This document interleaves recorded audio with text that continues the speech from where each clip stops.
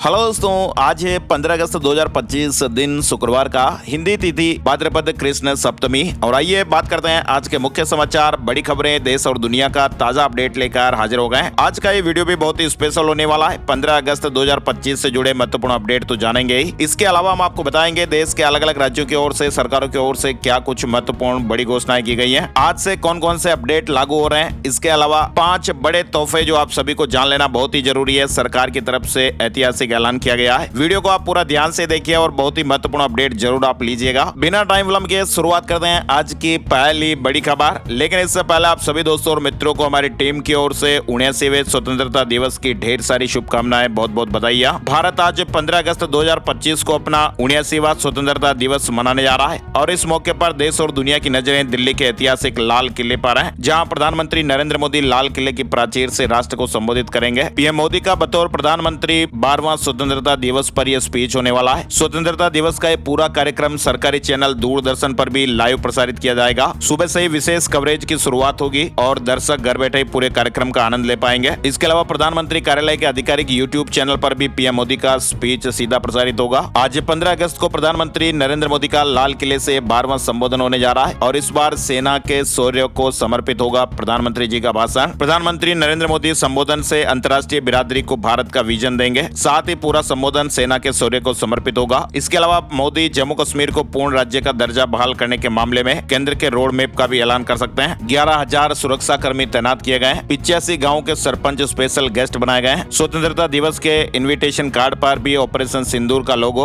राष्ट्रगान बजाने वाले बैंड में पहली बार अग्निवीर और इस बार की थीम नया भारत है। इस साल पहली बार राष्ट्रगान बजाने वाले बैंड में 11 अग्निवीर भी हिस्सा ले रहे हैं। दिल्ली से श्रीनगर तक तिरंगे की रोशनी में भारत जगमगाया है। स्वतंत्रता दिवस की पूर्व संध्या की शानदार तस्वीरें भी आप देख सकते हैं। देश भर में 79वें स्वतंत्रता दिवस की पूर्व संध्या पर देशभक्ति का रंग रूप चारों ओर बिखर गया। लाल, सफेद और हरे रंग की जगमगाहट ने रात को खास बनाया। ऐतिहासिक स्थल भी रोशनी से जगमगाए। महाकाल मंदिर से लेकर सरकारी इमारतें, डैम तक रोशन किए गए। स्वतंत्रता दिवस पर सजावट की तस्वीरें भी आप देख पा रहे हैं। वहीं स्वतंत्रता दिवस की पूर्व संध्या पर ऑपरेशन सिंदूर में बहादुरी और साहस दिखाने वाले आर्म्ड फोर्स के 86 जवानों को गैलेंट्री अवार्ड देने का भी ऐलान हुआ है। वायुसेना के 52 जवानों को वीरता पुरस्कार से सम्मानित किया गया है। एयरफोर्स के 9 ऑफिसर को वीर चक्र दिया गया है। इसमें ऑपरेशन सिंदूर के तहत पाकिस्तान में आतंकी ठिकानों को तबाह करने वाले फाइटर पायलट भी शामिल हैं। परमवीर चक्र और महावीर चक्र के बाद ये तीसरा सबसे बड़ा पुरस्कार है। सरकार ने आर्म्ड फोर्स के 7 ऑफिसर को सर्वोत्तम युद्ध सेवा पदक दिया है। इंडियन आर्मी के 18 जवानों को वीरता मेडल से सम्मानित किया गया है। बीएसएफ के 16 जवानों को गैलेंट्री मेडल दिया गया है। सेंट्रल स्टेट फोर्स के 1090 पुलिस कर्मियों को भी सेवा पदक से सम्मानित किया गया है। साथ ही आप देखिए, राष्ट्रपति द्रौपदी मुर्मू ने गुरुवार को अमृत उद्यान समर एनुअल एडिशन 2025 का शुभारंभ कर दिया है और इसके साथ ही ये भव्य उद्यान 16 अगस्त से 14 सितंबर तक आम जनता के लिए खोल दिया गया है और इस दौरान यहाँ पर घूमने के लिए आने वाले 42 से अधिक किस्मों के रंग बिरंगे ग्रीष्मकालीन फूलों, थीम आधारित बागों और प्राकृतिक सुंदरता से सजे विशेष क्षेत्रों का आनंद ले पाएंगे। यहाँ पर लोग सुबह 10 बजे से शाम 6 बजे तक घूम सकते हैं। सोमवार को रखरखाव के लिए उद्यान बंद रहेगा। उद्यान में प्रवेश निःशुल्क रहता है, लेकिन इसके लिए पहले से रजिस्ट्रेशन जरूरी है, जो कि राष्ट्रपति भवन की वेबसाइट से ऑनलाइन आप रजिस्ट्रेशन कर सकते हैं। 15 एकड़ में फैला यह अमृत उद्यान राष्ट्रपति भवन की आत्मा माना जाता है और ये आम जनता के लिए 16 अगस्त से 14 सितंबर तक अमृत उद्यान खुलेगा। साथ ही आपको बताएं, राष्ट्रपति द्रौपदी मुर्मू ने 79वें स्वतंत्रता दिवस की पूर्व संध्या पर राष्ट्र को संबोधित किया। 24 मिनट के संबोधन में उन्होंने ऑपरेशन सिंदूर, कश्मीर रेल प्रोजेक्ट, विकास, लोकतंत्र और अर्थव्यवस्था जैसे विषयों पर बात रखी। आपको बताएं, द्रौपदी मुर्मू देश की 15वीं राष्ट्रपति है और वे इस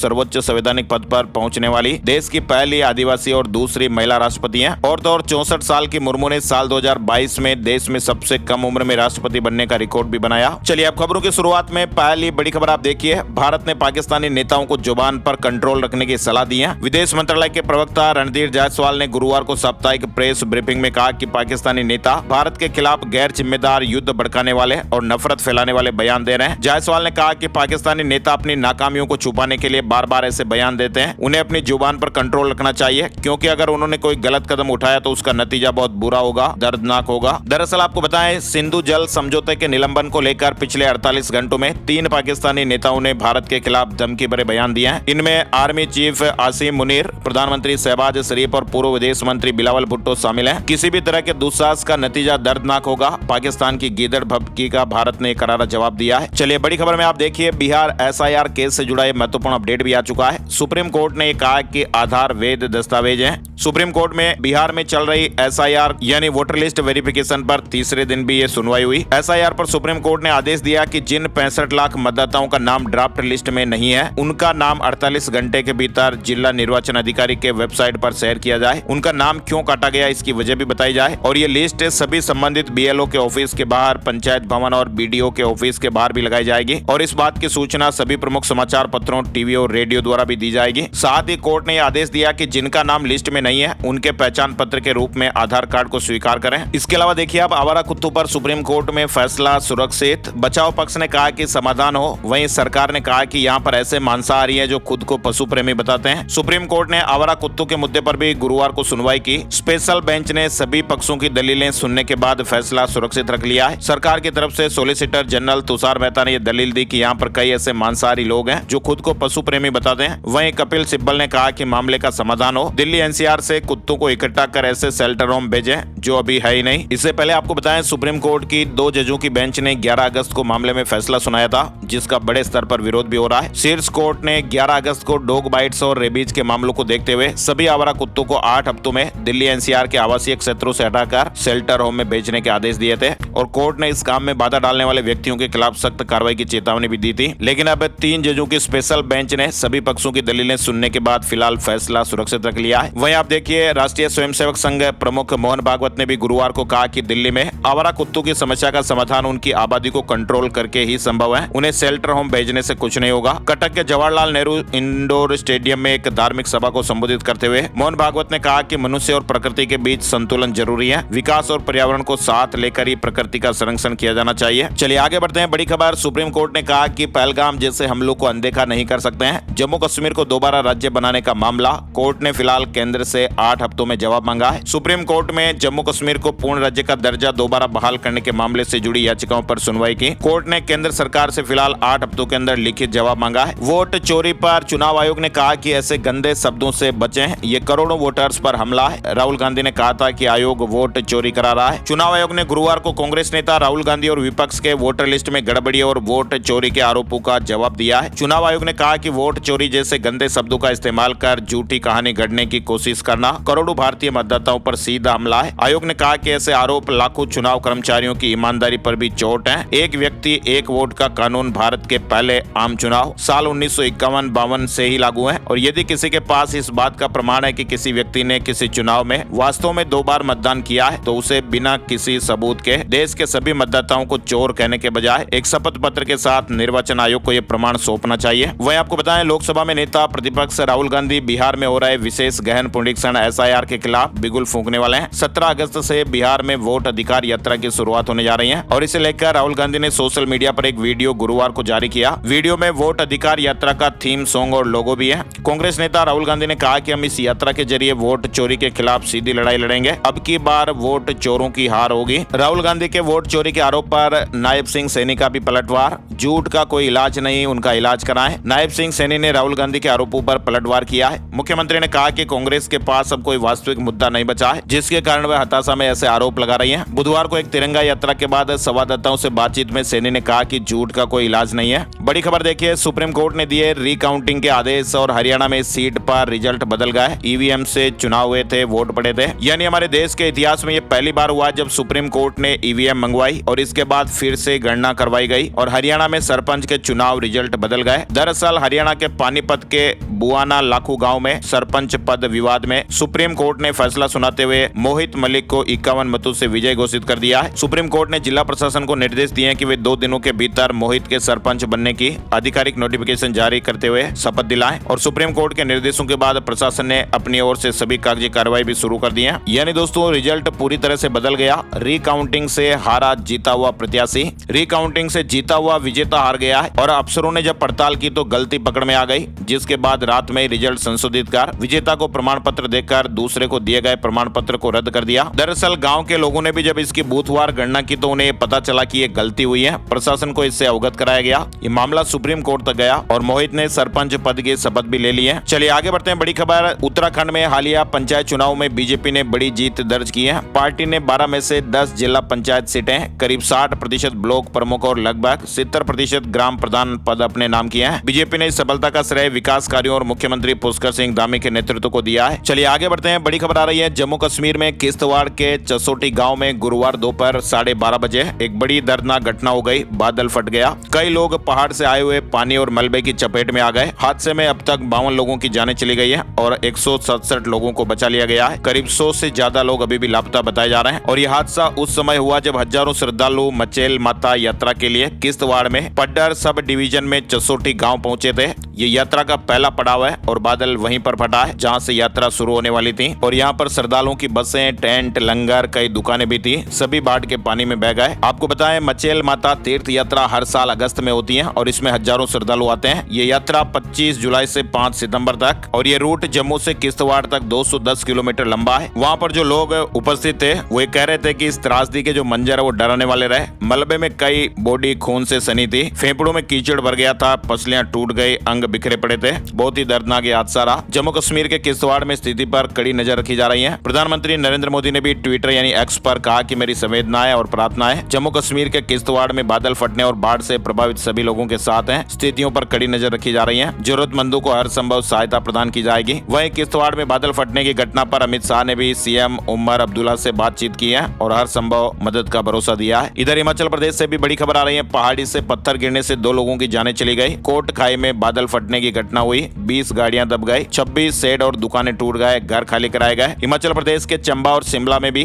गुरुवार को 2 लोगों की पत्थर गिरने से जान चली गई। हिमाचल प्रदेश में 323 सड़कें बंद बताई जा रही हैं। देश के उत्तरी इलाकों में मानसून एक बार फिर एक्टिव हो गया है। चलिए आगे बढ़ते हैं। बड़ी खबर डोनाल्ड ट्रंप ने कहा कि भारत पर टैरिफ लगा, शायद तब पुतिन मीटिंग को माने। हर चीज का असर होता है। अमेरिका ने भारत पर 50% टैरिफ लगाया है। अमेरिकी राष्ट्रपति डोनाल्ड ट्रंप ने गुरुवार को कहा कि हो सकता है भारत पर लगाए गए भारी टैरिफ के कारण रूस के राष्ट्रपति व्लादिमीर पुतिन उनसे मिलने को तैयार हुए। आपको बताएं भारत रूस से हर दिन 17.8 लाख बैरल कच्चा तेल खरीदता है जो कि चीन के बाद सबसे ज्यादा है। डोनाल्ड ट्रंप ने रूस से तेल खरीदने की वजह से ही भारत पर कुल 50% टैरिफ लगाया है। वहीं आप देखिए डोनाल्ड ट्रंप और पुतिन बातचीत अगर फेल हुई तो भारत पर और ज्यादा टैरिफ। अमेरिकी वित्त मंत्री ने यह धमकी दी है और कहा कि बातचीत में भारत अड़ियल रुख दिखा रहा है। अमेरिका के वित्त मंत्री स्कॉट बेसेंट ने भारत पर फिर से एक्स्ट्रा टैरिफ लगाने की धमकी दी है। ब्लूमबर्ग से बातचीत करते हुए उन्होंने कहा कि यह टैरिफ शुक्रवार को अलास्का में होने वाली अमेरिकी राष्ट्रपति ट्रंप और रूस के राष्ट्रपति पुतिन की मुलाकात के नतीजों पर निर्भर करेगा। उन्होंने कहा कि अमेरिका जो है वो रूस और यूक्रेन के बीच युद्ध विराम के लिए मध्यस्थता का प्रयास कर रहा है और इसी को लेकर ट्रंप पुतिन से बातचीत करेंगे। वहीं आप देखिए बिटकॉइन पहली बार 1 करोड़ के पार पहुंच गया है। 14 अगस्त को बिटकॉइन क्रिप्टो करेंसी ने ऑल टाइम हाई बनाया। 2009 में जब सतोशी नाकामोटो नाम के किसी व्यक्ति ने इसे बनाया था तब इसकी वैल्यू 0 के करीब थी। यानी कि अगर उस समय आप बिटकॉइन में 1 रुपए से भी कम का निवेश करते तो आज उसकी कीमत 1 करोड़ से ज्यादा होती। 2009 से 2025 1 करोड़ से ज्यादा इसकी कीमत हो चुकी है। साथ ही आपको बताएं global rating agency S&P global ने भारत की लॉन्ग टर्म क्रेडिट रेटिंग को बढ़ा दिया है। वहीं इंडियन इकोनॉमी को लेकर आउटलुक स्टेबल रखा गया है। S&P का कहना है कि भारत की अर्थव्यवस्था मजबूत हो रही है। सरकार लगातार अपने खर्चों को कंट्रोल करने की कोशिश कर रही है। चीन की तर्ज पर रॉकेट फोर्स तैयार करेगा पाकिस्तान, पीएम शहबाज का दावा। इससे दुश्मन के हमले का तुरंत जवाब मिलेगा। ऑपरेशन सिंदूर में भारत से बुरी तरह पिटने के बाद पाकिस्तान ने चीन की तर्ज पर रॉकेट फोर्स बनाने का फैसला किया है। इसमें मिसाइल और रॉकेट तकनीक को एक साथ जोड़ा जाएगा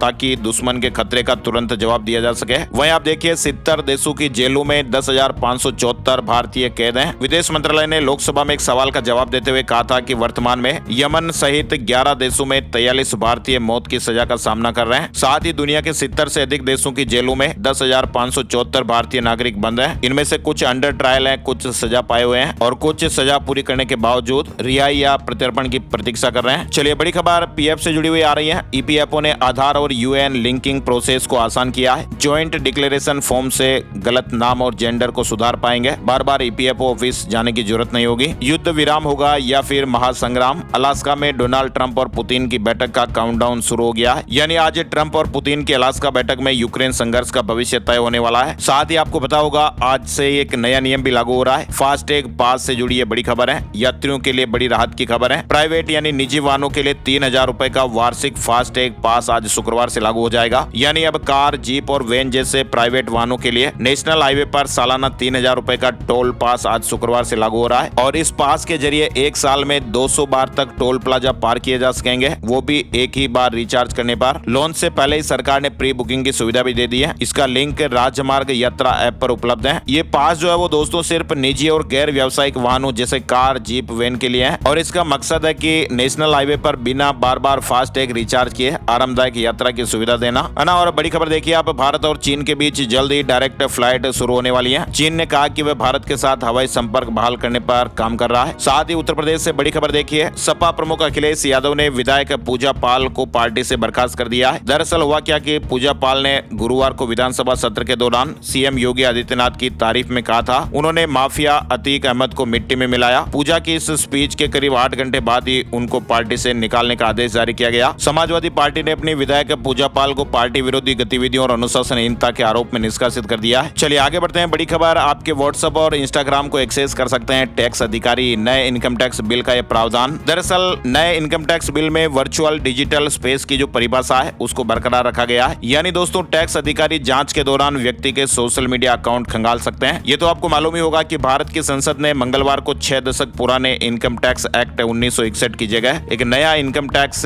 बिल पास कर दिया है और ये नया बिल अनावश्यक प्रावधानों और पुरानी भाषा को हटाता है और टैक्स से जुड़ी बातों को इसमें सरल भाषा में लिखा गया है। इस बिल के 1 अप्रैल 2026 से लागू होने की उम्मीद भी है। इस बिल में डिजिटल सर्चेज का भी प्रावधान है जो लोगों की प्राइवेसी को प्रभावित कर सकता है। टैक्स अधिकारी आपके सोशल मीडिया अकाउंट, ईमेल और क्लाउड स्टोरेज तक भी पहुंच सकते हैं। हालांकि आपको बताएं फरवरी 2025 में जब संसद में इस बिल को लाया गया था तो डिजिटल सर्चेज पर काफी विवाद भी हुआ था। लेकिन आपको बताएं संशोधित नए बिल में भी वर्चुअल डिजिटल स्पेस की परिभाषा को बरकरार रखा गया है और ये जो प्रावधान है ना दोस्तों वो टैक्स अधिकारियों को किसी भी व्यक्ति की डिजिटल जानकारी तक पहुंचने का अधिकार देता है। हालांकि यहाँ पर आप ध्यान दीजिएगा ऐसा तभी होगा जब व्यक्ति के खिलाफ तलाशी अभियान चल रहा हो, तो ऐसी स्थिति में अधिकारी व्यक्ति के पर्सनल डिजिटल डेटा को भी खंगाल सकते हैं और इसमें यह प्रावधान रहेगा कि जांच की स्थिति में व्यक्ति को login credentials, password, access code वगैरह अधिकारियों को देने पड़ेंगे। इसके अलावा देखिए आप, घर बनाने के लिए 25 लाख रुपए दे रही मोदी सरकार। जी हाँ, ये खबर सरकारी कर्मचारियों के लिए है। अगर आप सरकारी नौकरी में हैं तो सरकार की तरफ से ये स्कीम का फायदा आप ले सकते हैं। 25 लाख रुपए अपना घर बनाने के लिए आप ले सकते हैं। सरकार ने कहा कि ये योजना कर्मचारियों को सस्ती ब्याज दर पर अपना घर बनाने का मौका देती है और पति पत्नी दोनों को अलग अलग बेनिफिट लेने की सुविधा से इसका फायदा दोगुना हो सकता है। ये योजना लागू है 31 जुलाई 2025 तक के सभी संशोधन इसमें शामिल किए गए हैं। दरअसल केंद्र सरकार ने पहले से चल रही हाउस बिल्डिंग एडवांस HBA योजना को अपने कर्मचारियों के लिए और आसान और आकर्षक बना दिया है। अब कोई भी केंद्रीय कर्मचारी घर बनाने या खरीदने के लिए अधिकतम 25 लाख रुपए का एडवांस ले सकता है और ये रकम 7.44% वार्षिक ब्याज दर पर उपलब्ध है। और खास बात इसमें यह है कि अगर पति पत्नी दोनों केंद्र सरकार के कर्मचारी हैं तो दोनों अलग अलग भी अप्लाई कर सकते हैं और अपने अपने हिस्से का 25 लाख रुपए तक एडवांस ले सकते हैं, यानी कि 50 लाख रुपए तक का फायदा इसमें ले सकते हैं। चलिए बड़ी खबर, अहमदाबाद बना देश का सबसे सुरक्षित शहर। मुंबई, दिल्ली, बेंगलुरु और हैदराबाद को पीछे छोड़ दिया है। अहमदाबाद के पुलिस कमिश्नर ज्ञानेंद्र सिंह मलिक ने कहा कि हाल ही में दुनिया भर के शहरों की रैंकिंग करने वाली न्यूम्बियो नामक एक यूरोपीय संस्था ने आंकड़े जारी किए हैं। दुनिया भर के शहरों की रैंकिंग करने वाली न्यूम्बियो ने 2025 के अपराध और सुरक्षा सूचकांक रिपोर्ट में अहमदाबाद शहर को भारत में सबसे सुरक्षित शहर का दर्जा दिया है। सेफ्टी रैंकिंग में दुनिया में अहमदाबाद 77वें नंबर पर है। वहीं आप देखिए रूस सरकार ने व्हाट्सएप को ब्लॉक करने की कोशिशें तेज कर दी हैं और ऐसे में 10 करोड़ से ज्यादा यूजर्स प्रभावित हो सकते हैं। फिलहाल व्हाट्सएप का कहना है कि उसका चैट सिस्टम पूरी तरह एंड टू एंड एन्क्रिप्टेड है और वह सुरक्षित बातचीत के अधिकार की रक्षा करता रहेगा, चाहे सरकार कोई भी हो। चैट प्राइवेट ही रहेगी। वहीं स्वतंत्रता दिवस पर अग्निवीरों को SBI बैंक ने बड़ा तोहफा दिया है। बिना किसी गारंटी के 4 लाख रुपए का लोन ले पाएंगे। SBI बैंक ने स्वतंत्रता दिवस के मौके पर अग्निवीरों के लिए खास लोन स्कीम लॉन्च की है। न्यूनतम ब्याज दर पर पर्सनल लोन देने की बात कही है। साथ ही आपको बताएं ऑनलाइन फूड ऑर्डर की बढ़ती कीमतों से राहत देने के लिए रैपिडो ने ओनली नाम से एक नया ऐप लॉन्च किया है। बेंगलुरु शहर में ये सेवा शुरू हुई है और ये ऑफलाइन जैसी दरों पर खाना देने का दावा करती है, यानी इस सेवा में कोई भी कमीशन, प्लेटफॉर्म फीस और एक्स्ट्रा चार्ज नहीं जोड़ा जाएगा। कंपनी ने फूड डिलीवरी के लिए अपना नया stand alone app only launch किया है, जिसमें दावा किया जा रहा है कि खाना आपको उसी कीमत पर मिलेगा जो रेस्टोरेंट में जाकर देने पर आप पैसे चुकाते हैं। फिलहाल ये सर्विस बेंगलुरु के कुछ इलाकों,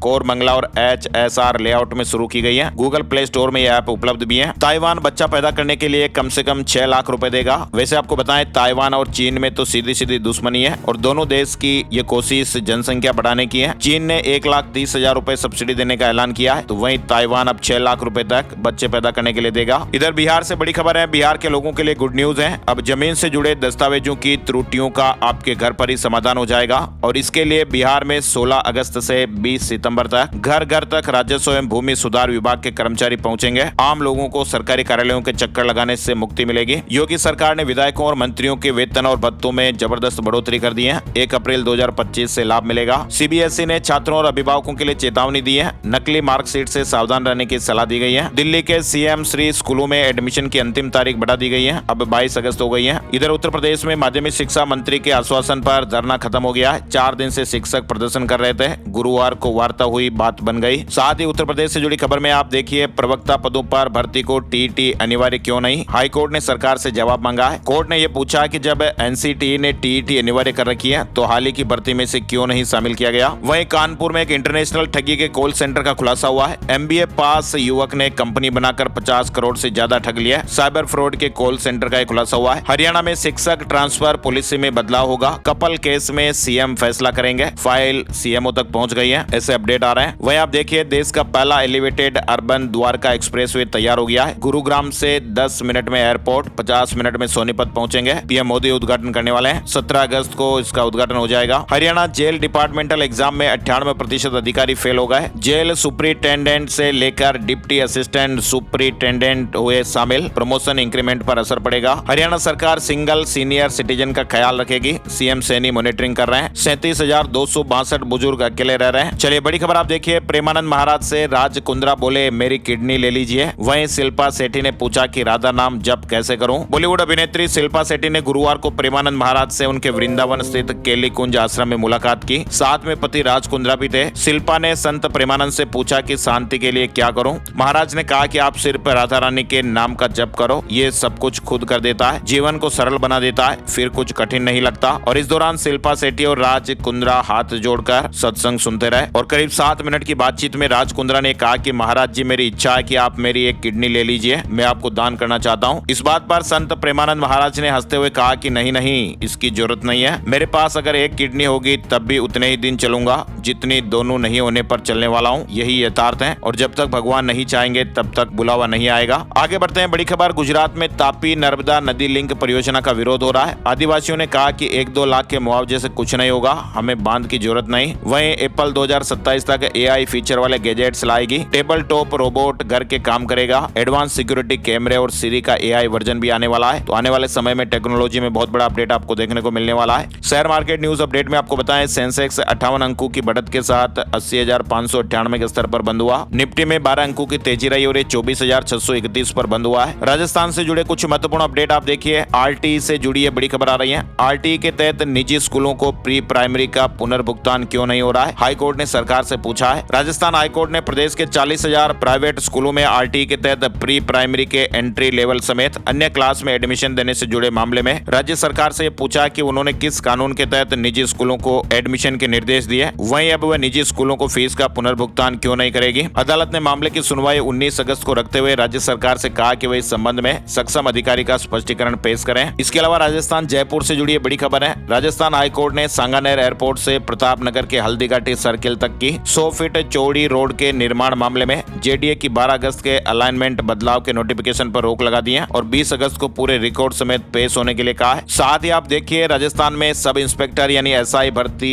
2021 पेपर लीक मामले में हाईकोर्ट ने सभी पक्षों की बहस पूरी होने के बाद अब सुनवाई करते हुए फैसला रिजर्व कर लिया है। अदालत में करीब 1 साल पहले 13 अगस्त 2024 को भर्ती रद्द करने की मांग करते हुए याचिका दायर की गई थी। इस पर अदालत में करीब 39 प्रभावी सुनवाई हुई। 7 जुलाई को अदालत ने मामले में फाइनल सुनवाई शुरू की थी, जो अब पूरी हो गई है। साथ ही राजस्थान से जुड़ी खबर में आप देखिए, कृषि मंत्री डॉक्टर किरोड़ीलाल मीणा ने गुरुवार को ग्रामीण कार्य निर्देशिका का विमोचन किया। ये निर्देशिका करीब 15 साल बाद जारी की गई है। मंत्री जी ने कहा कि नरेगा में 2600 करोड़ की धोखाधड़ी पकड़ी, नकली खाद बीज बनाने वालों को छोड़ेंगे नहीं। अब तक 56 एफआईआर किए हैं। साथ ही आप देखिए, फर्जी दिव्यांगता सर्टिफिकेट लगाकर आरपीएससी में नौकरी कर रहा था, सीधी भर्ती से स्टेनोग्राफर लगा था। वहीं एसएमएस मेडिकल बोर्ड ने अयोग्य घोषित कर दिया है। राजस्थान लोक सेवा आयोग ने अजमेर के सिविल लाइंस पुलिस थाने में आयोग में कार्यरत स्टेनोग्राफर के खिलाफ धोखाधड़ी और जालसाजी का मामला दर्ज कराया है। 2018 की सीधी भर्ती परीक्षा में सरकारी नौकरी पाने के लिए फर्जी दिव्यांगता प्रमाण पत्र का इस्तेमाल किया था। JVVNL ने बिजली उपभोक्ताओं के लिए एक बिजली मित्र ऐप बनवाया है। इसे उपभोक्ताओं को अपने मोबाइल में डाउनलोड करना होगा और बिजली से जुड़े आप महत्वपूर्ण काम इसमें कर पाएंगे, जैसे कनेक्शन संबंधित कोई शिकायत वगैरह है, और भी कई सुविधाएं आपको इसमें मिलेगी। राजस्थान में भर्ती परीक्षाओं के नियमों में बड़ा बदलाव हुआ है। पटवारी भर्ती परीक्षा के साथ ही भविष्य में होने वाली सभी भर्ती परीक्षाओं में अभ्यर्थी कड़ा, कृपाण, पगड़ी अंगूठी और मंगलसूत्र पहनकर परीक्षा दे सकेंगे। इसके लिए अभ्यर्थियों को 3 स्तर की जांच से गुजरना होगा और ऐसे में अगर कोई अभ्यर्थी संदिग्ध मिलेगा तो ऐसे अभ्यर्थियों के विशेष जांच की जाएगी। चलिए आगे बढ़ते हैं। बड़ी खबर, राजस्थान के स्वास्थ्य विभाग ने एक्सरे और सोनोग्राफी के बाद अब एक और बड़ा फैसला लिया है। विभाग ने प्राथमिक स्वास्थ्य केंद्र यानी पीएचसी और सामुदायिक स्वास्थ्य केंद्र सीएचसी और जिला अस्पतालों में खून और यूरिन से संबंधित 145 तरह की जांचें आउटसोर्स के जरिए कराने का निर्णय लिया है। इन जांचों में sugar, thyroid, kidney, liver function और विटामिन B12 समेत कई तरह की जांचें शामिल होगी और नए निर्णय से मरीजों को अपने नजदीकी स्वास्थ्य केंद्र पर ये सुविधाएं मिलेगी। साथ ही मध्य प्रदेश से बड़ी खबर देखिए आप, ग्वालियर सेंट्रल जेल में स्वतंत्रता दिवस के मौके पर अच्छे आचरण वाले 15 कैदियों को रिहा किया जाएगा। मध्य प्रदेश में राजस्व विभाग ने कैबिनेट के फैसले का विरोध कर ड्यूटी से अनुपस्थित तहसीलदारों और नायब तहसीलदारों के खिलाफ अनुशासनात्मक कार्रवाई के निर्देश सभी संभागायुक्तों को जारी किए हैं। मध्य प्रदेश में किसान भाइयों के लिए बड़ी खुशखबरी आई है। मुख्यमंत्री डॉक्टर मोहन यादव ने गुरुवार को मंडला के आरडी कॉलेज में आयोजित भगवान बलराम जयंती समारोह में शामिल हुए और यहाँ पर मुख्यमंत्री किसान कल्याण योजना के तहत मध्य प्रदेश के 82 लाख से अधिक किसान भाइयों को 1671 करोड़ रुपए की राशि ट्रांसफर की गई है। इसके अलावा आप देखिए, विदिशा में 23 से 29 अगस्त तक राष्ट्रीय पुस्तक मेला आयोजित होगा। छत्तीसगढ़ के खेरागढ़ में गुरुवार को चेकिंग के दौरान एक कार से 4 करोड़ 4,50,000 रुपए कैश मिला है। युवक को हिरासत में ले लिया गया है। आयकर विभाग जांच करेगा। अब कोई दस्तावेज वगैरह नहीं दिखा पाए। चलिए आगे बढ़ते हैं। बड़ी खबर आप देखिए, इंदौर समेत कई जिलों में बारिश, भोपाल में धूप खिली। वहीं बिहार के बेगूसराय में गंगा खतरे के निशान से करीब 1 मीटर ऊपर बह रही। 5 लाख आबादी पानी से गिर गई। हरियाणा में यमुना का जल स्तर 80,000 क्यूसेक पार हो गया है। हरियाणा में गुरुवार को जींद, फरीदाबाद, गुरुग्राम, सोनीपत में भारी बारिश हुई। वहीं हिमाचल प्रदेश और उत्तराखंड के कैचमेंट एरिया में हुई मूसलाधार बरसात से